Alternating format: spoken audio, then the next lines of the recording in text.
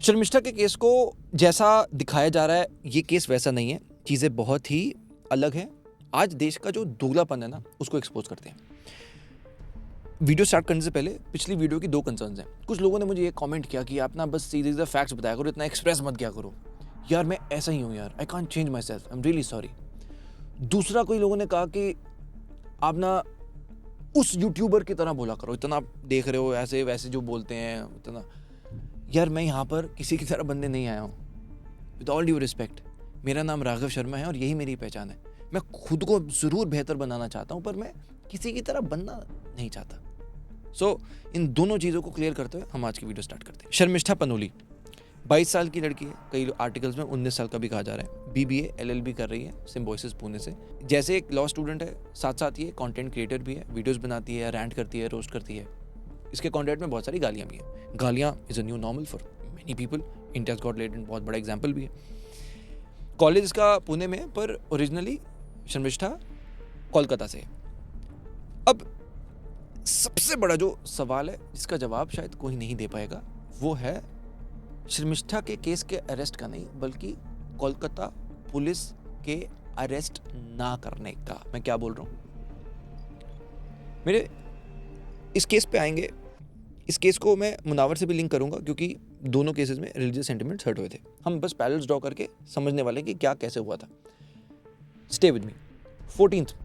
14 मई को आप ये स्क्रीन में देख रहे हैं, एक FIR हुई थी। शर्मिष्ठा ने कुछ बोला जो कि मुस्लिम कम्युनिटी हर्ट हो गई। FIR दर्ज की जाती है 14 मई को। अब बहुत सारे ट्वीट्स वायरल हो रहे हैं जिसमें ये बताया जा रहा है कि 14 मई को जब से शर्मिष्ठा को थ्रेट आना शुरू हुआ, जान की धमकी दी गई, उस लड़की के साथ जैसा हुआ ना, वैसा ही तेरे साथ भी किया जाएगा। ऐसी धमकियां सिर्फ शर्मिष्ठा को नहीं, उसके परिवार को भी दी गई। तब बहुत सारे ट्वीट्स ये बोल रहे हैं कि 14 मई और 16 मई 2 दिन शर्मिष्ठा कोलकाता पुलिस के पास खुद गई थी प्रोटेक्शन मांगने। तो यहाँ पर 2 बड़े सवाल आते हैं कि पहली चीज, शर्मिष्ठा को प्रोटेक्शन क्यों नहीं दी गई? दूसरी चीज, कोलकाता पुलिस ये कह रही है कि शर्मिष्ठा तो एब्सकॉन्डिंग थी, हमने अरेस्ट इसलिए किया है क्योंकि मिल ही नहीं रही थी। इसको लीगल नोटिस हम भेज रहे थे, पर कोई जगह ही नहीं मिल रही थी, घर पे कोई नहीं मिल रहा था, परिवार नहीं कोई मिल रहा था। तो अगर आप कह रहे हो कि हमने लीगल नोटिस भेजा इस लड़की को और वो नहीं मिली, इसलिए आज हमने इसको अरेस्ट किया है 30 मई को, तो फिर जब 14 मई को जब FIR हो गई थी, 14 मई और 16 मई को जब शर्मिष्ठा और उसका परिवार जेल में खुद गया, यानी पुलिस स्टेशन गया, तब पुलिस ने उसी वक्त शर्मिष्ठा को क्यों नहीं अरेस्ट किया गया? क्या इसके पीछे कोई पॉलिटिकल प्रेशर था? ये सबसे बड़ा सवाल। अब धीरे धीरे बहुत सारी चीजें हम खोलते हैं। हम केस की स्टार्टिंग करते हैं कि शर्मिष्ठा ने जब ऑपरेशन सिंदूर हुआ, बहुत सारी वीडियोस बनाना शुरू की और बहुत सारी बातें बोलना शुरू की कि पाकिस्तानी को जवाब देना शुरू किया। बहुत सारी चीज़ सही थी। बॉलीवुड के ऊपर भी इसने आवाज़ उठाई, जिसमें कहा कि ये खान बोल क्यों नहीं रहे। बिल्कुल ठीक बात है। मैं खुद कह रहा हूँ यार, खान क्या, मैं कह रहा हूँ पूरी बॉलीवुड इंडस्ट्री में कोई चू नहीं बोलने को राजी। पंजाबी सिंगरों में कोई बोलना ही नहीं चाह रहा कि भाई जो वो देश में हुआ है, तो ठीक है वो बात है। ये पूरी कंट्रोवर्सी कहाँ से स्टार्ट हो रही है? 9th, 10th, 11th, 12th, 13th, ये सारे ट्वीट्स मैंने आपको दिखा दिए। यहाँ पर आप देख रहे हैं शर्मिष्ठा अपने देश को सपोर्ट करते हुए बहुत सारे ट्वीट्स डालती है ऑपरेशन सिंदूर के रिस्पेक्ट में। अब 13 मई को शर्मिष्ठा अपने इंस्टाग्राम पर एक वीडियो डालती है जिस पे वो एक सवाल पे रिएक्ट कर रही है। सवाल था कि आपको कैसे पता कि पाकिस्तान ने आपकी कंट्री पर अटैक किया है? आपने ये वॉर को शुरू किया विदाउट एनी वैलिड रीजन। तो इस सवाल पे जवाब देते हुए शर्मिष्ठा बोल रही है कि कैसे उसने पाकिस्तान ने ही हमारे देश पर अटैक किया, तो ये इसकी जस्टिफिकेशन थी। पर इस वीडियो के स्टार्टिंग में शर्मिष्ठा ने नबी का नाम लेते हुए कुछ ऐसी अपशब्द का इस्तेमाल किया जो कि सही नहीं था। मैं बोल भी नहीं सकता। अब यहीं से ना हम इस डॉट को कनेक्ट करने वाले हैं मुनावर फारूकी से। अप्रैल 2020 मुनावर फारूकी अपने शो के दौरान बोलते हैं, मेरा पिया घर आया ओ राम जी, और राम जी माँ सीता को एक लाइन में लेते हुए ऐसे अपशब्द बोले जो कि मैं बोल ही नहीं सकता। इसके सपोर्ट में ध्रुव राठी आया।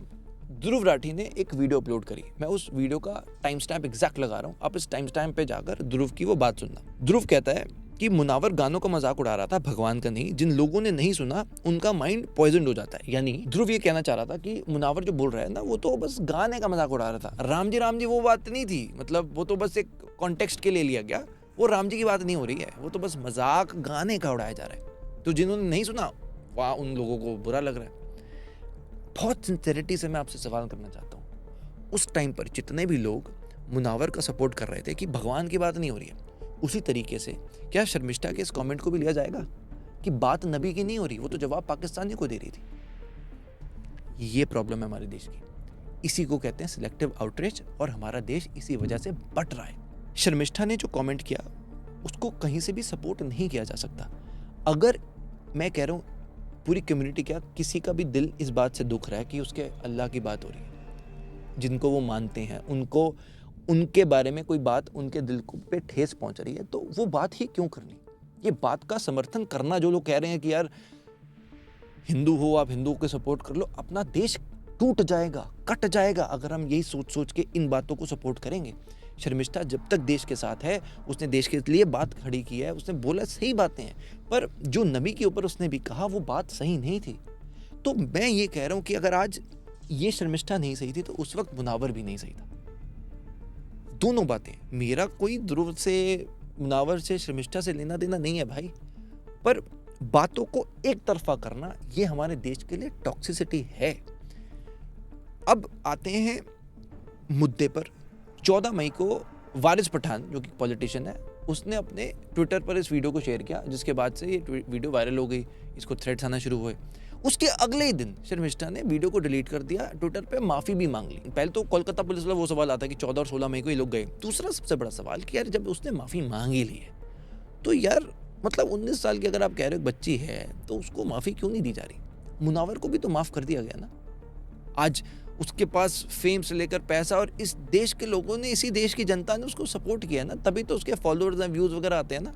तो अगर हमारा देश मुनावर को सपोर्ट कर सकता है, जो उसने कहा कि चलो माफी मांग ली, खत्म होगी बात, तो भाई शर्मिष्ठा के केस में अपनी आंखें बंद क्यों हो रही हैं? इसको भी माफ कर दो। उसने गलत बोला, उसको मान रहे हैं, उसने भी मान लिया, उसको माफ कर देते हैं।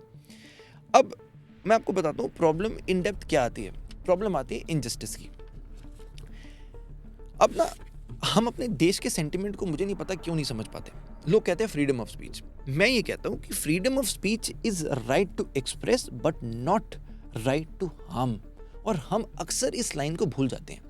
यार कॉमेडियंस की जब हम बात करते हैं, हम क्यों नहीं जाकिर खान को देख लेते? आप मुझे बताओ उस बंदे की कॉमेडी में ऐसा क्या है जो कि आपको हंसाए ना, और उसमें वो किसी के धर्म की बात कर रहा है, किसी की ऐसे रोस्ट कर रहा है, कुछ भी। एक बात बताओ मुझे, आप बस्सी को देख लो, क्या उसके कॉमेडी में ऐसा कुछ मजाक है? आप क्रिटिसिज्म की जब बात कर रहे हो, चाहे आप सरकार के फेवर में बोलो या चाहे आप सरकार के अगेंस्ट बोलो, दिस इज डेमोक्रेसी, जो कि होना भी चाहिए।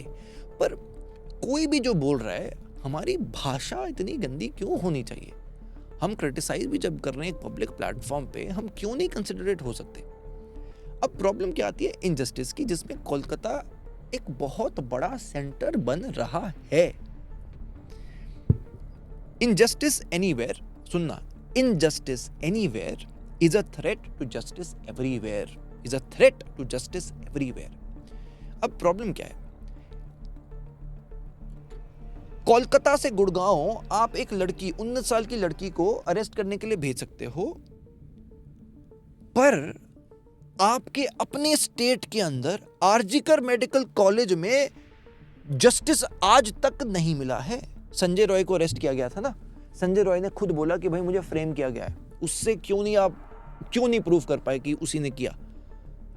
उसी दौरान हमने 2 पॉडकास्ट किए थे। डॉक्टर रक्षिता के साथ मैंने पॉडकास्ट किया, डॉक्टर शौर्य के साथ पॉडकास्ट किया, एम्स के डॉक्टर हैं। अब मुझे बताओ, उस दौरान आपको भी याद होगा जिस हॉल में ये हुआ, उसी रात एक मॉब आता है, उस हॉस्पिटल पे अटैक कर देता है। ये कैसे पॉसिबल है? तो क्या जस्टिस मिला आरजीकर कॉलेज में? बहुत बड़ा सवाल है ना। मुर्शिदाबाद वायलेंस, मैंने इस पर एक कंप्लीट वीडियो भी बनाई थी। उस वक्त तो रिपोर्ट्स आई थी, अब कोर्ट ने कहा था कि कमेटी बिठा के कि मुझे एग्जैक्ट बताओ कि हुआ क्या है। मुर्शिदाबाद वायलेंस में वहाँ पर पुलिस एब्सेंट थी। वहाँ पर मुसलमानों का मॉब था, जहाँ वो हिंदू एक गांव में गए और वहाँ अटैक किया। 400 रेजिडेंट्स, 400 लोग अपना घर छोड़कर भाग गए। अब सोच के देखो आप अपना घर कब छोड़ के भागोगे कि बाहर क्या माहौल हो रहा होगा। घर जला दिए गए। 113 हाउसेज वर डैमेज्ड। अब मुझे एक बात बताओ, और लोग कह रहे थे हम पुलिस को फ़ोन कर रहे हैं, कोई सुनने को राजी नहीं। एक एरिया में पुलिस ही नहीं है। आप सोच के देखो ये प्रशासन। तो मैं तो ये सवाल कह रहा हूँ कि 15 दिन में आपकी इतनी स्पीड से आप काम कर रहे हो। मुर्शिदाबाद के अंदर जो ये हुआ, और यहाँ पर जो अक्यूज्ड है, मेन अक्यूज जो है वो टीएमसी के लीडर हैं, आपकी पार्टी के लीडर हैं जो कि अक्यूज हुए, जो रिपोर्ट्स में आए। मैं कुछ नहीं बोल रहा। इसको क्या सजा दी गई? जस्टिस इसका क्या है? सवाल आ गया फिर से, एक क्वेश्चन मार्क, नहीं जवाब मिला। सयोनी घोष, ये भी टीएमसी लीडर है। इसने भी महादेव के ऊपर इतनी घटिया एक तस्वीर शेयर करी जो कि शायद मैं बयां भी नहीं कर सकता। इस लड़की के ऊपर क्या एक्शन हुए? आप ये टीएमसी लीडर है, इसके ऊपर क्या एक्शन किया गया? जो उसने किया है, जो उसने फोटो शेयर करी, इस टीएमसी लीडर के ऊपर क्या एक्शन हुए? कोई जवाब है? वो ट्विटर अकाउंट ना मेरा हैक हो गया था, ये बोलेंगे। प्रॉब्लम ये है कि हम अपने देश में धर्म के नाम पर बढ़ते हैं, क्योंकि हमें दिखता है, हमें क्या दिखता है, सरकार को दिखता है कि बस धर्म का एक एंगल दो, बीजेपी कांग्रेस सब लड़ते रहेंगे। और देश को जब हमें आगे बढ़ाना है, बस देश को इन्हीं मुद्दों में तोड़ दो कि कोई आगे कोई सोच ही ना पाए। बस धर्म के नाम पर हम बढ़ते रहे और देश में जो प्रोग्रेस है उसको हैम्पर किया जाए, जिसके ट्रैप हम आज से नहीं हैं, कई सालों से हैं। और मैं अपनी वीडियो से सिर्फ ना हिंदू ना मुसलमान में, मेरा सिर्फ ये कहना है कि हम इंडियन पहले हैं, और जब तक इस बात का एहसास हम अपने नेताओं को नहीं दे पाए, तब तक हमारा देश आगे नहीं बढ़ पाएगा। जय हिंद।